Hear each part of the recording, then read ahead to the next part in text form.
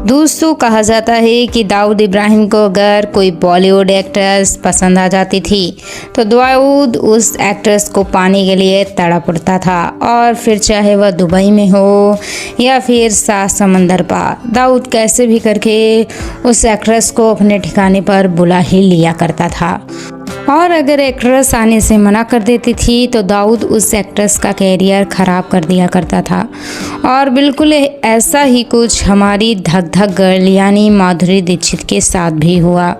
1990 में जहां गई बॉलीवुड एक्ट्रेस का कैरियर धीरे धीरे ख़त्म हो रहा था, तो वहीं दूसरी तरफ माधुरी दीक्षित बुलंदियों की सीढ़ियां चढ़ रही थी।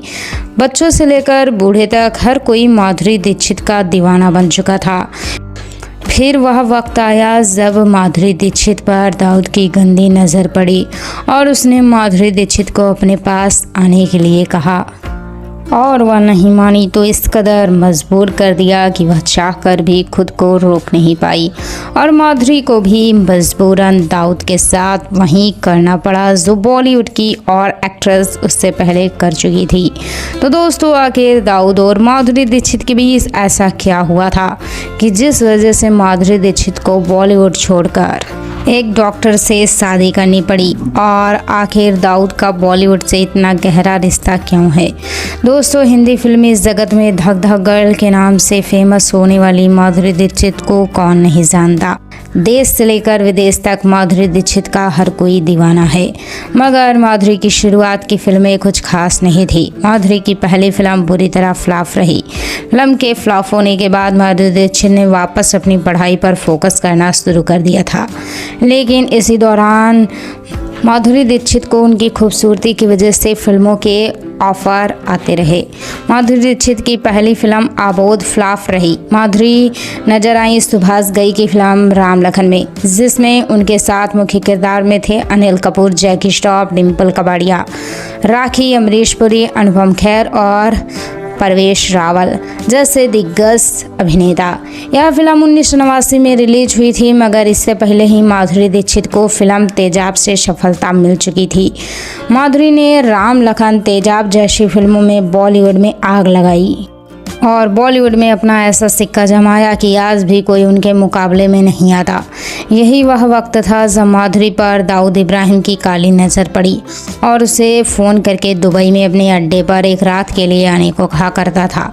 उस समय अपनी सफलता के नशे में माधुरी दीक्षित ने उसे मना कर दिया था। इसके बाद दाऊद को काफ़ी गुस्सा आ गया, क्योंकि एक नई नवीली एक्ट्रेस ने उसके मुँह पर आने से मना कर दिया था। उस समय दाऊद 1990 का एक बहुत बड़ा जाना माना नाम हुआ करता था। वो ड्रग्स का बहुत बड़ा व्यापारी था, इसलिए उसने अपने ड्रग्स के व्यापार को बढ़ाने के लिए बॉलीवुड का सहारा लिया, और दाऊद का बॉलीवुड में इतना हब फैल चुका था कि कोई भी उसे नहीं बोल पा रहा था। इसके अलावा अगर कोई भी दाऊद को मना करने की कोशिश करता था तो ऐसे में दाऊद उसका कैरियर ख़त्म कर देता था या उसे जान से मरवा भी देता था। लेकिन उस वक्त माधुरी दाऊद के बारे में यह नहीं जानती थी कि सारा बॉलीवुड दाऊद के इशारों पर चल रहा था, और माधुरी को यह पता नहीं था कि उसने दाऊद को मना करके कितनी बड़ी गलती कर दी है। इसलिए थोड़े दिनों में माधुरी को अपने करियर की नैया डूबती हुई नज़र आने लगी, क्योंकि माधुरी के मना करने पर दाऊद के एक फ़ोन ने बड़े बड़े फिल्म मेकर्स के पसीने छुड़ा दिए थे, और कई फिल्म मेकर्स ने माधुरी को फिल्म में लेने से मना कर दिया था। इसके बाद ही जिन फिल्मों को माधुरी शाइन कर चुकी थी उन फिल्मों में से भी माधुरी को निकाला जाने लगा, क्योंकि कोई भी फिल्म मेकर दाऊद को मना करने का अंजाम अच्छी तरह से जानता था। इसलिए जब कोई भी माधुरी के साथ फिल्म नहीं करना चाहता था और अचानक से अपना करियर ख़त्म होता देखकर माधुरी काफ़ी दुखी हो गई। लेकिन जब इसके पीछे का कारण माधुरी को पता चला तो माधुरी ने खुद दाऊद को फ़ोन करके उसकी हर बात मानने के लिए हाँ कर दी। इसलिए उसे अपने कैरियर को बचाने के लिए मजबूरी में दाऊद के यहाँ रखी एक बर्थडे पार्टी में जाना पड़ा। और खबरों की माने तो माधुरी दीक्षित ने दुबई जाकर दाऊद की बर्थडे पार्टी में ठुमके लगाए और पार्टी खत्म हो जाने के बाद दाऊद के साथ रात भी बिताई। उस वक्त कैमरा वाले, मोबाइल वाले और सोशल मीडिया का दौर नहीं था, इसलिए यह बात वहीं की वहीं रह गई। हालांकि मिली हुई जानकारी माने तो बॉलीवुड के सभी सितारे अंडरवर्ल्ड के दरबार में हाजिरी लगाया करते थे और बॉलीवुड में भी सभी जानते थे कि माधुरी ने दाऊद के साथ रिश्ता बनाया था। और माधुरी के दुबई से वापस आते ही उसका कैरियर फिर से लाइन पर आ गया था और उसे दोबारा से फिल्में मिलने लगी थी। लेकिन कहा जाता है कि दाऊद माधुरी पर इतना फिदा हो गया था कि उसे बार बार दुबई बुलाया करता था, और जिसकी वजह से कुछ सालों के बाद माधुरी ने बॉलीवुड को छोड़ने का ही फैसला कर लिया था। इसके बाद उन्होंने डॉक्टर श्रीराम माधव नैने से शादी करके बॉलीवुड को पूरी तरह से अलविदा कह दिया था। अब ऐसे में किसी भी बॉलीवुड एक्ट्रेस का दाऊद के साथ कनेक्शन कोई नई बात नहीं है, क्योंकि दाऊद के नाम पर इतना बोलबाला था कि हर एक एक्ट्रेस को दाऊद की पार्टी में जाना ही पड़ता था, क्योंकि बॉलीवुड की फिल्मों में ज़्यादातर दाऊद का ही पैसा था और उस टाइम में ब्लैक मनी को वाइट मनी करने का यह एक बेहतरीन तरीका था।